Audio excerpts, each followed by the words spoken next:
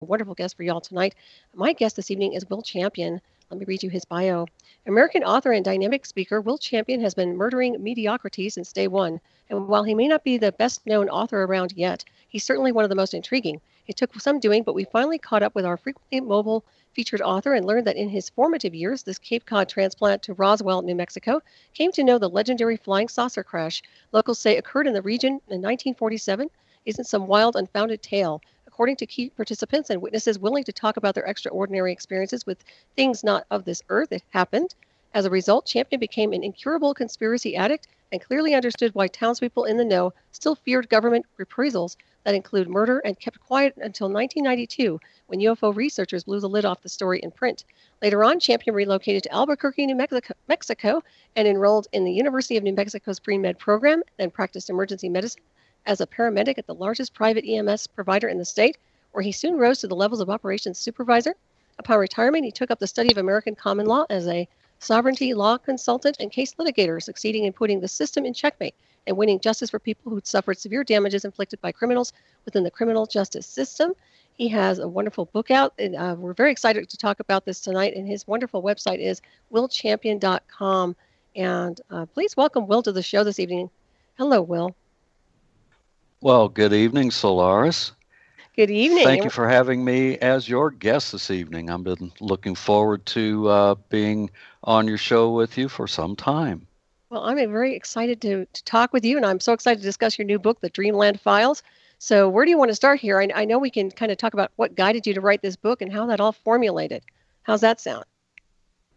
Fair enough. Okay. I grew up, of course, in Roswell, New Mexico, and I know the story has been repeated over and over, so what I'm probably about to say isn't exactly new news to a lot of your listeners, but I will say this. As a youth growing up there, Roswell, in my experience, was just a quiet, lovely, peaceful little southwest town of maybe about 35,000 or so pretty nice folks and a couple of old sore heads. And I loved it. People there worked hard and played just about as hard. And most of the kids like me of high school age knew each other and generally got along pretty well. There was an occasional scrap here and there, but nothing to really get all excited about.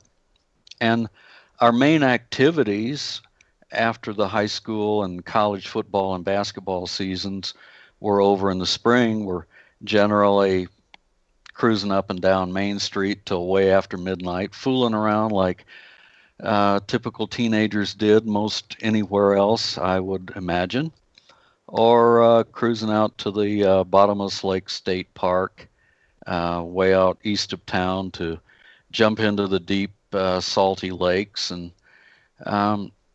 there was one thing that did set Roswell apart from all the other small towns, though, and that was the legendary UFO crash that locals knew had occurred in the region in 1947. I mean, everybody in town knew about it, and the townspeople weren't stupid. They weren't crazy, and nobody really stood to make a dime off of it. And it was probably the best kept secret in the country looking back on it now until author and researcher and physicist Stanton Friedman, and then a number of other UFO researchers started blowing the lid off of the story in 1992. And I was there. I lived among the people that experienced this event.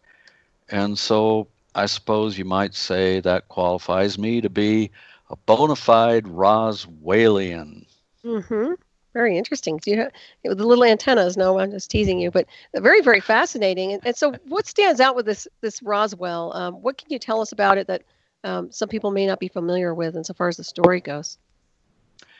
Well, I'm probably I was definitely uniquely positioned to become more in the know than the average bear because I lived there. And I was fortunate. Some of my friends lived way outside of the township of Roswell, out in the country.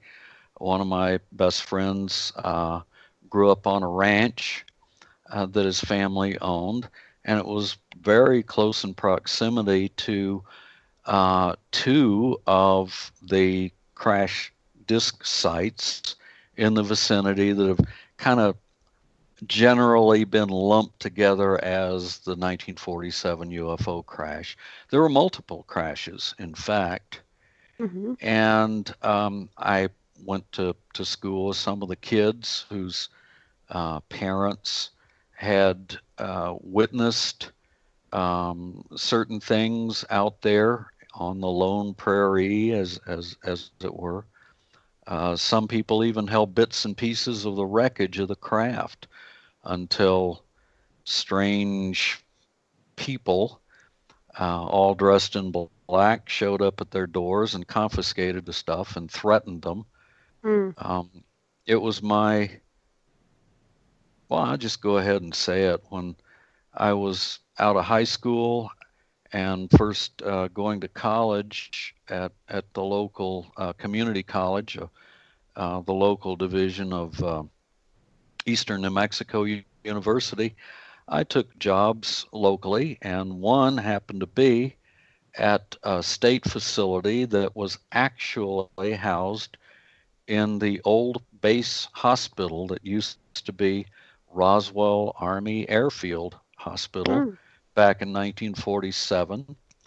And I used to walk the same halls where people that were intimately involved in that crash event and the body recoveries used to walk. I was frequently down in the same OR suites where history was made. Mm-hmm. A very good, well, a registered nurse who was also my charge nurse out there, and later became a very good friend, whose husband was a prominent portrait photographer, um, who had bits and pieces of the wreckage in his hand when he was growing up, a lady by the name of Mary Rodden. I'm I'm just honored to have got my start in medicine there. I wanted to be a medical doctor at that stage in my life, so it was a perfect match for me. And little did I know that I would learn more and more and more about the story and the event that took place back in 1947. And I can tell you and your listeners honestly, I had no idea back then as a young man how profoundly that event and the story and the people in the town, how it would all affect my life profoundly. And it did over the years. And it all brought me to this moment in my life right now, all of it. Mm-hmm. And I'm grateful to have been there. Yeah, it's Uh, pretty interesting. It's such a well, I wasn't there on the timeline, so anything I can get insofar as information goes, I find it very fascinating. And it sounds like you do have a little bit of an inside view versus most of the people who just go by what they've read in different yep, scenarios on the internet. I like to think so, and I'm sure of that. In fact, another one of the interesting historical characters um, that I became acquainted with, and I loved our relationship. We didn't often get to sit down and chat, but when we did, it was fantastic. A fellow by the name of Glenn Dennis, who was a mortician, and he was embroiled in the story. And I understand now if he is still with us, he is in rather poor health. I'm sure he's very elderly and frail now, but what an incredible character.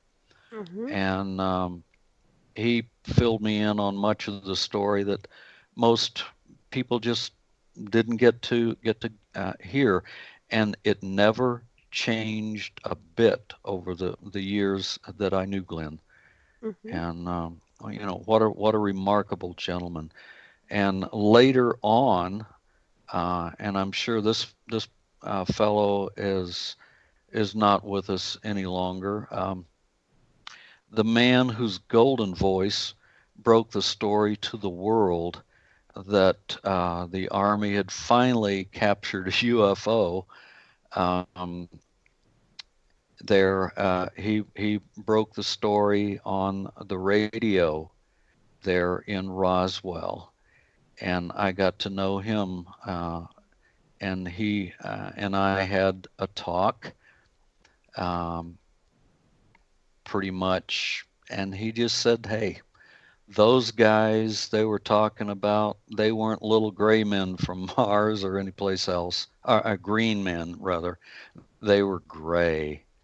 And Mm-hmm. so, I'm blessed. Was that Um, Frank Joyce's? Who was that person you were talking about? The press release. yes, Frank Okay. Joyce. Wow. Yeah. And, I mean, what a privilege. Mm-hmm. And he was very, very elderly and frail at that time when I got to speak with him at his home here in Albuquerque. And what a pleasure, what a joy. Oh, I bet. Yeah, that's a And time capsule right there. yeah. And so, with this in mind, uh, to answer your question about how my ebook, The Dreamland Files, came into creation, that was part of it. Originally, when I began to write, I thought, well, I just write about the Roswell incident. Mm-hmm. And as it turns out, it's a small portion of the Dreamland Files. But of course, the story has been written about so many times by fascinating researchers and writers. And I thought, well, I'll just do something different. So I created a faction book, deemed so by people in the publishing industry today, because I reveal fact in story form, Mm-hmm. so people have a good time experiencing a fascinating adventure, not unlike Da Vinci Code or the X Files, while we learn things that the big players of the world don't want us to learn. Mm-hmm. Coveted secrets in law and history that's been erased from the history books that the world's ruling elite certainly do not want us to know. And Mm-hmm. so you don't learn about these things in school. There's only one place I know of that one can get as much of this seldom mentioned information in one single source, and that is the Dreamland Files. Mm-hmm. Yeah, I like that. How do you define dreamland? The word itself. Well, it actually refers to one of the unclassified names for Area 51, about 100 miles or so north of Las Vegas, Nevada. Mm-hmm. And it's known as Area 51 now to the world, but it's also known as Dreamland. It's been called the Ranch, Watertown, and I don't know how many other names insiders have referred to it as, but I chose the term Dreamland I like it. because it just seemed catchy enough that it fit. I fell in love with the name and I said, I'm going to run with it. And I Right. did. Well, it reminds me of a place where everything is more surreal. In other words, it reminds me of an alternate reality almost. So that's what comes to mind when I think of dreamland, something that's alternate from Mhm. here. Very different spectrum of what's there, and obviously it is. So let me ask you something. When you talked about Glenn Dennis there, now what was his Mhm. correlation to Area 51, or what was his correlation to the Roswell situation? I don't know if you elaborated on that or not. Well, no, I really didn't, but I'd be glad to.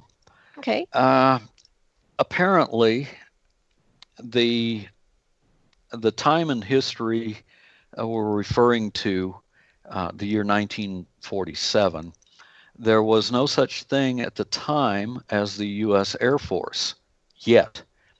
The Air Force itself at the time was a division of the United States Army. And the base there in Roswell, or just outside of Roswell, was called RAAF, or the Roswell Army Airfield. And it was a very, very unique air base indeed. At the time, it was the home of the Army's 509th Bombing Wing. It was the world's most elite of the most elite military units. It was the unit that delivered the bombs to Hiroshima and Nagasaki. Mm-hmm. Wow. And people who were stationed there didn't get to be there among the Army's best and brightest. They didn't get to be there by being dummies. These were extremely sharp men and women. Right. They were the elite of the elite. And Glenn Dennis held a position.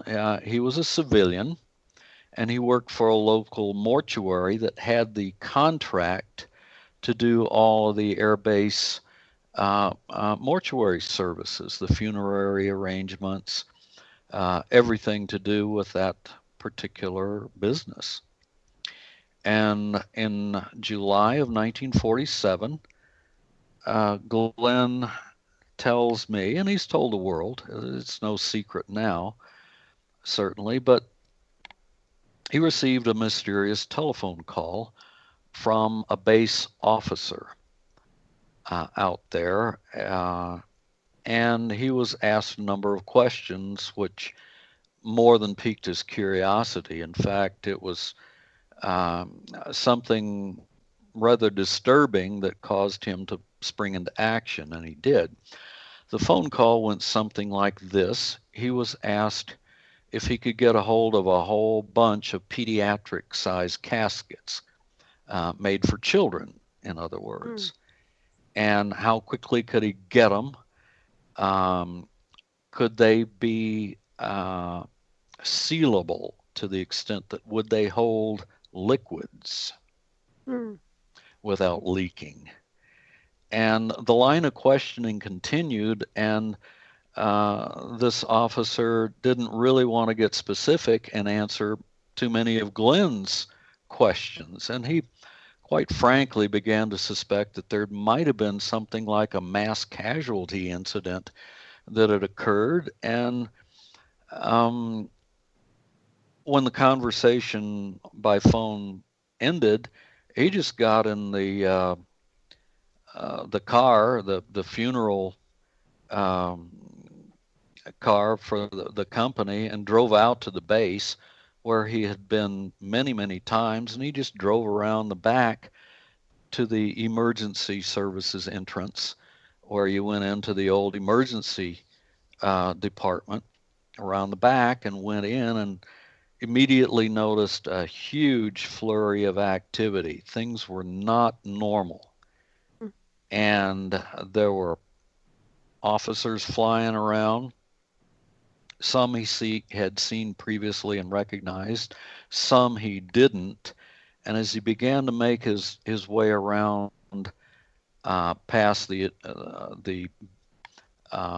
beginning portions of the emergency department itself, and around to things that where surgeries were conducted, he was stopped immediately and apprehended by a couple of guys that had very large automatic weapons.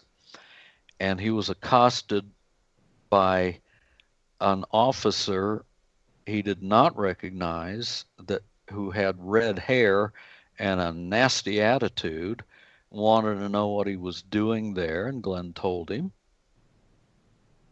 And the officer said, "You didn't see anything at all about what you thought you might have seen, and you are to leave immediately. In fact, me and the boys are going to make sure that you do, and you don't come back. And if you ever breathe a word of this, it's over for you." And they did what they threatened to do. They picked him up pretty much bodily under the armpits and took him out forcibly put him in his staff car and escorted him back into the city a couple of miles away, and repeated the threat when they all landed at the mortuary services. Wow. And interestingly, Glenn, as a young man at the time, I guess he was well on his way in his profession and his career, and he had a very lovely young lady that he was quite fond of. In fact, they were to be married, and it was his fiancée that he often went to see in town on dates, social occasions, but she was also a surgical nurse at the base at the time. Mm. And a few days after all the smoke and dust cleared, he got a phone call from her, and they agreed to meet in town at a local watering hole, as it were. And bearing in mind it was a small town back in the day, and there wasn't a whole lot of those, um, but they did meet, and she was very nervous, something that was out of character for her. She was chain smoking, and he noticed that her hands were unsteady. And she began to tell him the story that coincides with what we now know as the 1947 UFO crash. Mm-hmm. And she said that debris from the wreckage had been brought in and flown out aboard B 29 bombers to many facilities for study. Los Alamos, Kirtland Air Base, and Albuquerque, lots of different places. And apparently, there was at least one surviving off planet crew member from the crash. Mm. She described as a small being with a disproportionately large head, large black eyes, a thin, frail body, long, spindly legs and arms with long fingers that she drew a picture of, or several pictures, on a cocktail napkin for Glenn to see. Mm. And apparently they had a different number of digits than we humans have. And they might have had something that she thought might have been like sucker pods on the ends of the digits. Mm. As Interesting. and it was so fantastic. Um, Glenn was just shocked to his core, and obviously she was, and she felt threatened. She felt like she was in quite a bit of danger, revealing all of this to him. Mm-hmm. And they took a little time and digested it. And of course, obviously, Glenn knew this was something monumental that had just occurred. And when they parted company, he thoroughly expected to see her again soon, and that was not the case. She disappeared. Wow. And he tried to get a hold of her, he tried to find her, and later discovered that all traces of her existence, her name, everything had been just wiped clean from ever having been stationed at RAAF. And he apparently didn't know where she was or what had happened to her. And a number of years later, in his later years, in fact, he did receive a letter from her, and it was postmarked someplace in United Kingdom. Hmm. And she Interesting. revealed in the letter that she was profoundly sorry to disappear. She was heartbroken, missed him terribly, and was deathly afraid of returning to the United States. She had been under death threats. And she just said, look, I can never return. I'm sorry. But anything you may have heard about the crash, yep, it's true. There's a lot of other things that have come to light, but I can't really go into too much detail about it. Thanks for all the wonderful memories. I miss you, and this is all I can say. And that was the very last Glenn ever heard from or about her. And in all the years I knew Glenn, details of the story never changed. Mm-hmm. And so that's his connection. Mm-hmm. And I always knew him to be level-headed, forthright, a gentleman in every respect, and that was part of the story that got me going, and it was the part of the entire event that turned me into an absolutely incurable conspiracy addict. Mm-hmm. And I suppose you could say, I can honestly say that as I began to write the story that turned out to be the Dreamland Files, gosh, Solaris, I had no idea what was going to happen. I initially had an outline, and that quickly got pitched because the story began to take on a life of itself the more I began to investigate. Mm-hmm, and I was investigating the event. I was living in part of the time in Las Vegas, Nevada, and I was doing legal and historical research and places I never dreamed I would go to. And sometimes that led me to actually go out to places in the middle of the high desert of southern Nevada, and right outside of Area 51, in fact, and I would see things that I could not explain. Mm-hmm, right. Exotic technology that was ours, or something that was more off-world, would you say? Well, I would say a combination. I know it's a combination of both. Mm-hmm. And I can get touch upon that in a little bit, in a way that I think would make such a profound statement. Okay. Better fasten your lap strap. Oh, sure. Your seatbelts. That's all right. Everybody, hold on for the ride. We need one. That's great. Yeah. I was doing legal and historical research, and this book took quite a while to produce, a long time, in fact, and I would be lying in my teeth if I were to tell you and your listeners that I wrote that book. I'm convinced I did not.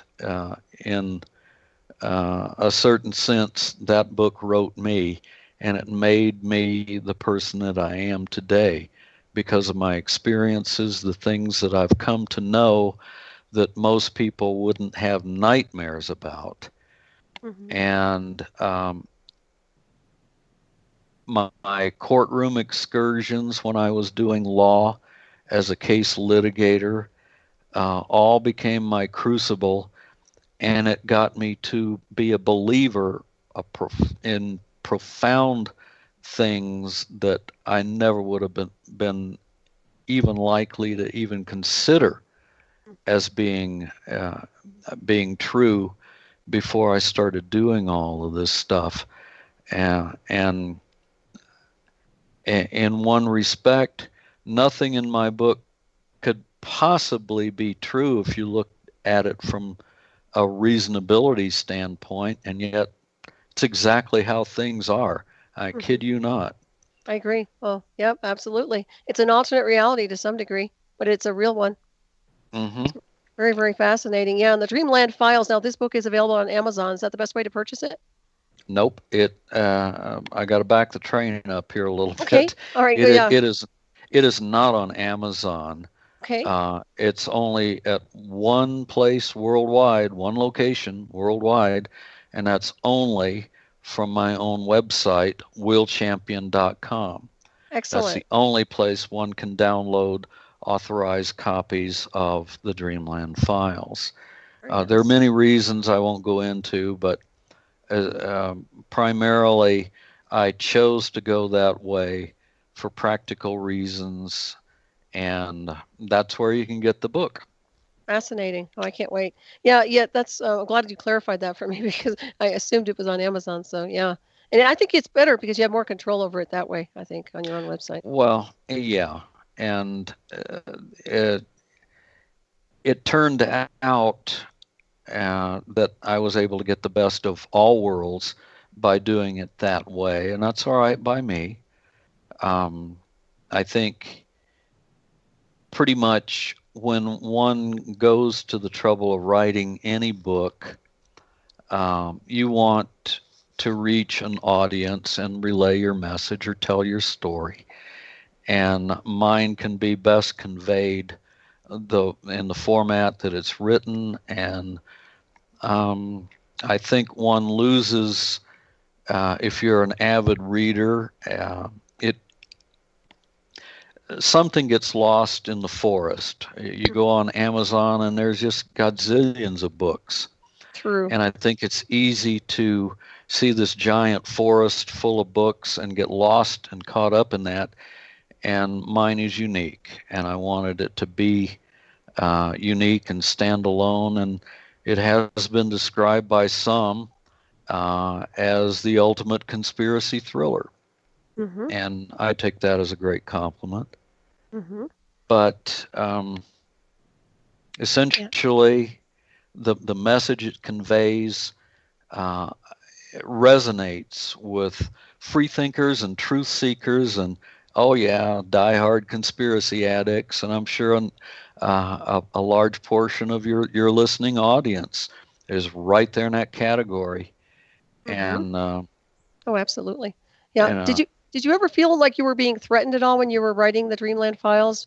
Anybody approach you at all to discourage you from publishing or anything that you want to answer? not not that I was cognizant of. Let me put it that way. I was in more danger, I felt, uh, doing my courtroom excursions. It's Mm-hmm. something Big Brother and its nasty minions don't want people to challenge the system. Let's put it that way. And Mm-hmm. when the truth comes out that someone knows how to take on Big Brother's biggest, baddest, and best and most ruthless and beat them at their own game, it's something they don't want to get out. Mm-hmm. And so I felt more pressure there, quite honestly, because let's face it, if you must go into one of Big Brother's criminal courtrooms and take on criminals within the criminal justice system, and believe me, they are criminal. Mm-hmm. Um, you know, you're in a position where physically people can lay their hands on you Right. and do you great harm, and you don't ever want to go there. So I was actually able to master the technique of appearing in court by special visitation on paper only, where they couldn't do that. Nice. And so I was able to fight my battles from a distance, which I'm sure didn't please them very much, but that's the way it was, and I lived to tell about it and Mm-hmm. reveal many of those legal secrets in the Dreamland files. Excellent. Very And good. Just another reason to so, read it. yeah, what the reader comes away with is a treasure trove of secrets Big Brother doesn't want you to know. The lawyers aren't going to tell you that, and only a handful of the top ranked judges know the techniques that I mastered and used to get justice for for people who'd been severely damaged by the system. Mm-hmm. And so that becomes part of the story as well. But Wow. the goodies that I was able to enjoy by being in the right place at the right time, how lucky can you get? I'm a very lucky guy. Uh, Great. Yeah, you are. a lot of authors get to sit around and write about how, the fantastic lives of the characters they're writing about are going, but I actually got to live part of the wonderful experiences that I was conjuring up and writing Mm-hmm. about. Hey, how lucky can you get? Right. Makes it I more got tangible. Yeah, Yeah. I got to get involved in. Oh, I know. Some people may not agree with it, and okay, that's fine. But I got to get into the world of casino gambling on Mm-hmm. the Strip in Vegas. I got to live the life as a writer, as a blackjack player, as a researcher, a legal Nice. kind of a guy, and I got to go hang out in places like right outside of Area 51 and Mm-hmm. beyond, and write about what I saw and what I was able to learn by various means. And how lucky can you get? That's right. Yeah. No, I think it's while you're here, you have to live, and in order to live, you have to break down the false matrix. In my opinion, anyway, I think that it's a waste of time to live in this illusion that they've created on our behalf that we're not supposed to be doing this. And that's what I love about you and your work is that you break down that paradigm and you have a strong message of information. I think it's on so many levels. So that's a wonderful thing you're doing, Will. Well, I think I thank you. And I think that in many ways, for a serious reader that you know can handle uh, a book of this nature, and it is for cerebral readers, um, it will literally turn your worldview upside down. I think the feedback that I consistently get from my readers and from people who attend my talks and so on, and hear me on wonderful radio programs like this one, tells me that there's a hunger. People Hmm. are hungry for the truth. They're dying inside to get at the truth, and they can't handle it. And they're just sick and tired of the government and the mainstream government media complexes flawed versions of the truth, and they're ready for it. Hmm. And Totally. I I agree. give them I give them what they're hungry for. And we certainly appreciate it. Once again, you're one of those strong forces out there. I can tell, and we certainly appreciate what you're doing here. I love the book, and like I said, I haven't read it yet, but I am going to purchase it tonight. I'm going to get on your website and get it. I'm very excited because I think it's going to confirm a lot of things that I know intuitively. So that should be very, very interesting to read for me. So Well, if you love mystery, if you love adventure, and let's face it, here we are uh, talking on the dark side late at night. I mean, there's your theme right there. yeah. But we take a look into secrets that have been coveted and guarded with a vengeance by the world's controlling elite because Hmm. they don't want us to know these things. One thing we know about knowledge that always translates over into power. Am I right? Oh, absolutely. It's control. Yeah, Absolutely. absolutely. And Yeah. with that in mind, uh, many of the things that I have written about and speak about, they're dangerous. Hmm. It's dangerous territory to wander into, and it's so dangerous that a lot of researchers and writers like myself and patriots, and I am a patriot, Hmm. red, white, and blue blooded through and through. I love my country. It's in my DNA. Me too. And Yeah. you know, people have been murdered because they've dared to disclose some of the information that I have done. William Cooper comes to mind, the author of a very famous book called what was that? Comes a Pale Horse or something to that? Oh, right, Am I yeah. getting that right? I'll get it. I know who you're talking about. Yeah. I don't want to screw it up, though. Sorry, having a senior That's all moment right. there. Sorry, but Behold a Pale Horse. Behold a Pale Horse. That's it. There you go. Thank you. You're welcome. But he was brought down by people who objected to the fact that he called the 9/11, the 9/11 event, what it was. It was a conspiracy, an inside job, and he paid the ultimate price. So, I knew going in, if I chose to, walk the same path, I would be putting myself and my family, my loved ones, at risk. And I've had to take rather exceptional measures at times to at least provide a thin veneer of protection. But hey, who's kidding who? If they want you bad enough, they'll get you. They'll find you and they'll mow you down. But I'm just fortunate. And I want to be an old writer, an old speaker. So, right. You want to outlive this cabal of illusion and control. Yeah. Yeah. Well, I think they're failing at some point in the continuum. The problem is they've accumulated so much bad karma, taking people down that were telling the truth or exposing information that they didn't want exposed. I think that's just building up as more gravity for them. Oh, absolutely.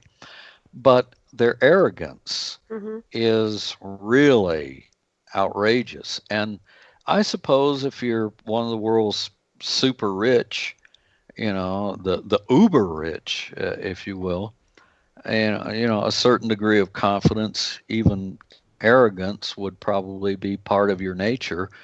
And there's just one thing that I believe they didn't reckon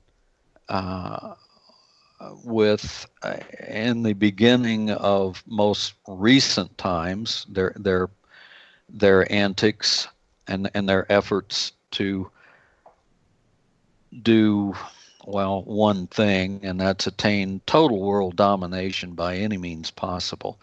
One thing they haven't counted on, and that is that they're creating more enemies than even they can now kill. Right. Agreed. Yeah. And essentially, an awakening is occurring. It's slow, but it is catching traction. And people are beginning to wake up and see the lies and the deceptions. In fact, the more people like me that pop up that uncover the secrets and expose the lies, it just compounds the 1%'s problems in trying to keep a lid on it. After it reaches a certain level, they cannot. Exactly. And I think that level's happened. I think it's just become critical mass at this point in the continuum. Another thing is, when you think about the Roswell, something like that's lingered forever and ever and ever, and everybody has a personal spin on it. But the bottom line is so much was obfuscated. And obviously, if they had one survivor, even one, we have to ask what happened to the bodies, what happened to that one life form. Was it cloned? Was it, what happened to it? What was its form of communication? I mean, I can go on a checklist of these things that really indicate that there's been experimentation in the underground to such a level that it's almost like we're all hybrids now. So you have to look at that. Well, are you ready for a big shocking headline? Go ahead. Based on everything I have learned about Roswell, about Area 51, about things that I once thought only existed in dreams or in nightmares, I can confidently say We are the hybrids everybody's been worried about. We are the product of extraterrestrial visitations. And Mm-hmm. heck, we all know it. You know, Yep, I our agree. ancient ancestors, painted depictions of extraterrestrial visitors on the walls of caves. They made carvings. They've written about it throughout recorded history. Mm-hmm. Um, That's right. We've been visited for a very long time. yep, a Yeah, and we are very, part of that. very long time. We Right. are. Yep. And sad to say, well, I'm not even certain. In my opinion, yeah, sad to say that history has been suppressed. I think we should all know about it. We should all Mm-hmm. have been taught about it in Correct. virtually every aspect of our education. Right. It's And our it's all celestial been, heritage. yes, it is. And Yeah. in one context, if and there's not a soul on this earth that hasn't looked up to the heavens, up into the night sky and seen the stars. And if you expand upon the concept that our ancient ancestors were from out there among the stars, um, we can expand on it and take it a little step farther. And I can tell you from studying various subjects that our bodies, our physical bodies, are made up of compounds and atoms and subatomic particles and so on, and energies. And those same energies can be found in the stars. Yep. Yep. That's it. We're at And extension. mhm, And you know, it's and really, go ahead. no, I'm You sorry. speak my language. No, go ahead. Keep going. Um, Sometimes my research was difficult and arduous because I had to dig down deep and get down deep into the matrix, down into what people refer to now as the deep state, to come Mm-hmm. across some of this stuff. And other times it just falls into your lap. I couldn't believe some of the things that came to me just as a result of being in the right place at the right time. Mm-hmm. And speaking of Roswell, um, a number of years ago, about 10 years ago, in fact, I was down in Roswell at the UFO festival there, and I was speaking with a couple of well known, world renowned researchers and authors, and I was in the right place at the right time. And a stranger overhearing our conversation, who wouldn't come near, he wouldn't approach, and he was trying to be nonchalant and pretending he wasn't overhearing our conversation. Later, sent me information that was so startling in nature. It involved energetics and a history of about five incredible women uh, that, well, they were in their prime apparently during the World War II period, and they probably changed the course of human history, and we don't even know their names. Wow. And he sent me this information, and much of it involved orgone energy and some other things that were part of a program used by um, Hitler and his boys during World War II in the development of actual spacecraft. And there was a particular society these incredible women belonged to that has a connection that's so tremendous. I mean, I'd love to dive a little bit into it and give Yes. you and your audience just a touch without being too much of a spoiler. I Reveal obviously I too love the much. Brill, and I know you're talking about the Brill Society, and yes, we want to talk Oh, about that. And also, you. I want to say thank you to Lioness. She just purchased your book, and she's in the chat. Oh my So God. there you go. And thank you for the donation also. And everybody, we're heading for a break. Stay tuned. We're listening to Will Champion, and we'll be right back. This is Ravenstar's Witching Hour. I'm Solaris BlueRaven.